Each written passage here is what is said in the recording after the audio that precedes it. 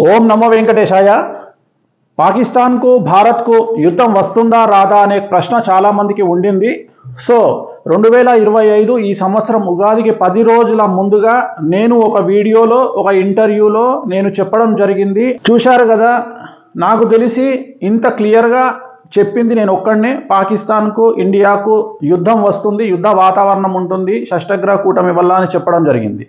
So ఇప్పుడు జరుగుతున్నటువంటి చర్చ ఏమిటి అంటే, ఈ నెల 2025 30వ తేదీ నుండి మే 30వ తేదీ నుండి మహాభారత కాలంలో ఉన్నటువంటి గ్రహాల యొక్క కూటమి ఏర్పడుతుంది అని చాలామంది మాట్లాడుతూ ఉన్నారు. సో దాని సంగతి ఏందో ఒకసారి చూసే ప్రయత్నం చేద్దాం, విశ్లేషిద్దాం. సో ఇప్పుడు మనం మాట్లాడుకుంటుంది ఇది 30వ తారీఖు 2025. సో మీరు అబ్జర్వ్ చేస్తే కనుక రాహువు కేతువు మధ్యలో శుక్ర శని రవి బుధులు చంద్ర గురువులు కుజుడు కేతువు. సో ఓవరాల్గా తీసుకుంటే మీరు అబ్జర్వ్ చేయండి కాంబినేషన్ ఎలా విచిత్రంగా ఉందో. శుక్రుడు శని, జనరల్గా శుక్రుడు శని అనేటువంటిది దాయాదులకు సంబంధించి అంటే పాలివాళ్లకు సంబంధించినటువంటి యుద్ధాలు జరిగేటువంటి అవకాశాలు కనిపిస్తూ ఉన్నాయి. రవి బుధులు అంటే పొలిటికల్గా విపరీతమైనటువంటి సంచలనాలు నమోదయ్యేటువంటి అవకాశాలు ఉన్నాయి. చంద్ర గురువులు అంటే చంద్రుడు జనరల్గా మనక్కారకుడు. ఈ మనక్కారకుడి వల్ల చాలా పెను సంచలనాలు జరిగేటువంటి అవకాశాలు మనకు మిథునంలో చంద్ర గురువులు కాంబినేషన్ అనేది కనిపిస్తూ ఉంది. ఒకవేళ మిగిలింది చూసుకుంటే కేతువు పక్కనే కుజుడు, రాహువు పక్కనే శుక్ర శని కాంబినేషన్ అనేటువంటిది కనిపిస్తూ ఉంది. మరీ ముఖ్యంగా మీనరాశిలో మీనరాశిలో శని శుక్రుల కలయిక ఇక్కడ కనిపిస్తుంది. మీనరాశిలో శని శుక్రుల కలయిక అనేది చాలా డేంజరస్ పరిస్థితి. ఇక అన్నిటికంటే అతి ముఖ్యమైనటువంటి కొన్ని విశేషాలు నేను చెప్పదలుచుకున్నా. బార్హస్పత్య మానము ప్రకారము మనకు చాంద్రమానము సౌరమానము అని ఎలాగైతే ఉంటుందో అలాగే బార్హస్పత్య మానము అని ఒక మానం ఉంటుంది. దాని ప్రకారంగా తీసుకున్నట్లయితే ఈ నెల అంటే మే 17వ తేదీ నుండి 8 సంవత్సరాల పాటు గురువు అతిచారంలోకి వెళ్తా ఉన్నాడు. సో గురువు అతిచారంలోకి వెళ్ళడం అనేటువంటిది చాలా చాలా చాలా సంచలనాత్మకమైనటువంటి విషయము. దాంట్లో ముఖ్యమైనటువంటివి 2 ఫేజులుగా మనం భావించాల్సి ఉంటుంది. సో మొదటి ఫేజ్ వచ్చి 2025 నుండి 2028 అండ్ 2028 నుండి 2032. సో ఈ 2 భాగాలను మనం గమనించాల్సి ఉంటుంది. అంటే 2025 మే నుండి 2028 వరకు ఒక పీరియడ్, 2028 నుండి 2032 వరకు ఒక పీరియడ్. అలాగే ఈ సంవత్సరము బార్హస్పత్య మానం ప్రకారం గురువు అతిచారము, అలాగే షష్టగ్రహ కూటమి కాంబినేషను, అలాగే మనం ఏదైతే అనుకుంటున్నామో మహాభారత యుద్ధ సమయంలో ఉన్నటువంటి గ్రహాల కలయిక. అన్నిటికంటే ముఖ్యము మహాభారత యుద్ధం దేనికోసం జరిగింది అంటే 5 గ్రామాల కోసం జరిగింది. రాజ్యము ఇచ్చివేసిన తర్వాత కూడా కౌరవులకు ఆ 5 గ్రామాల కోసము అనేటువంటిది మళ్ళీ కౌరవులు పాండవులను మేము 5 గ్రామాలు ఇవ్వము అనేటువంటి విషయంలో గొడవ జరిగింది. మరి సేమ్ యాజ్ ఇట్ ఈస్గా ఇప్పుడు జరుగుతున్నది ఏంటిది అంటే పాక్ ఆక్రమిత కాశ్మీరు లేదా మన దేశంలో ఉన్నటువంటి కాశ్మీరు అంటే ఈ యొక్క గ్రామాలు అంటామా లేదా సిటీ అంటామా మొత్తం మీద భూమి కోసం జరుగుతున్నటువంటి గొడవ.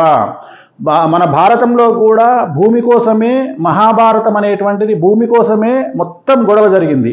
అలాగే ఇప్పుడు కూడా భూమి కోసం జరుగుతున్నటువంటి ఈ గొడవ చిలికి ఎక్కడికో దారితీసేటువంటి పరిస్థితులు గోచరిస్తూ ఉన్నాయి.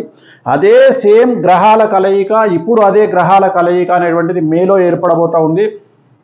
సో ఇప్పుడు జరుగుతున్నటువంటి గొడవ కాశ్మీర్ కోసం జరగబోతూ ఉంది. అలాగే అన్నిటికంటే ముఖ్యమైనటువంటి విషయము ప్రస్తుతం మన నరేంద్ర మోడీ గారు ప్రధానమంత్రి యొక్క నక్షత్రం అనురాధ నక్షత్రము, అలాగే ఆయనది వృశ్చిక రాశి. అలాగే పాకిస్తాన్ ప్రధానమంత్రి షెహబాజ్ షరీఫ్ ఆరుద్ర నక్షత్రము మిథున రాశి. సో మిథునము వృశ్చికాన్ని కనుక తీసుకున్నట్లయితే షష్టాష్టకాలు అవుతాయి. మిథునం నుండి వృశ్చికానికి 6, అలాగే వృశ్చికం నుండి మిథునానికి 8. సో ఇట్ ఈస్ కాల్డ్ షష్టాష్టక దోషము 6:8. నేను ఎప్పుడూ రెగ్యులర్గా చెప్తా ఉంటాను, ఇన్ని రోజులు రానటువంటి యుద్ధము, ఇన్ని రోజులు రానటువంటి గొడవ ఇప్పుడే ఎందుకు వచ్చింది. 2024లో ప్రధానమంత్రి అయినటువంటి పాకిస్తాన్ ప్రధానమంత్రి అయినటువంటి షెహబాజ్ షరీఫ్ ఆరుద్ర నక్షత్రం తర్వాతనే ఒక్కసారిగా భారత్కు పాక్కు మధ్య సంబంధాలు అనేటువంటివి దెబ్బతిన్నాయి. అలాగే ఉద్రిక్త వాతావరణం అనేటువంటిది కనిపిస్తూ ఉంది.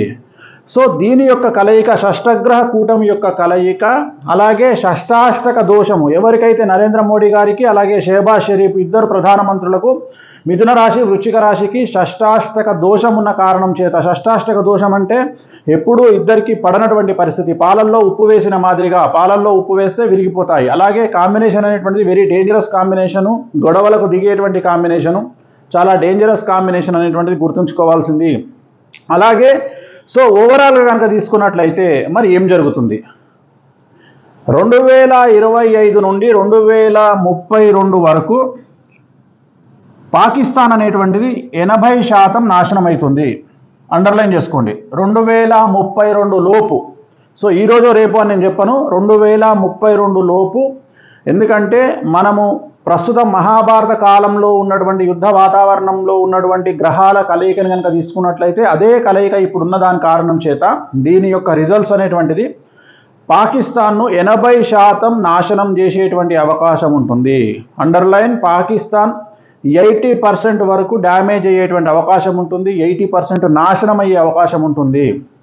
ఇది ఒకటే కాకుండా, యుద్ధానికి సంబంధించే కాకుండా సో ప్రపంచవ్యాప్తంగా చాలా సంచలనాలు ఉంటాయి. అతి ముఖ్యమైనటువంటి పెద్ద పెద్ద నాయకులు, పెద్ద పెద్ద సినిమా నటులు వాళ్ళ మరణం అనేటువంటి సంభవించే అవకాశం ఉంది. అలాగే ఇతర దేశాల్లో కూడా యుద్ధ వాతావరణం ఉంటుంది. ఆర్థిక మాంద్యం ప్రపంచాన్ని అతలాకుతలం చేసే అవకాశం ఉంది. ప్రకృతి వైపరీత్యాలు చాలా ఎక్కువగా ఉండేటువంటి అవకాశాలు ఉంటాయి.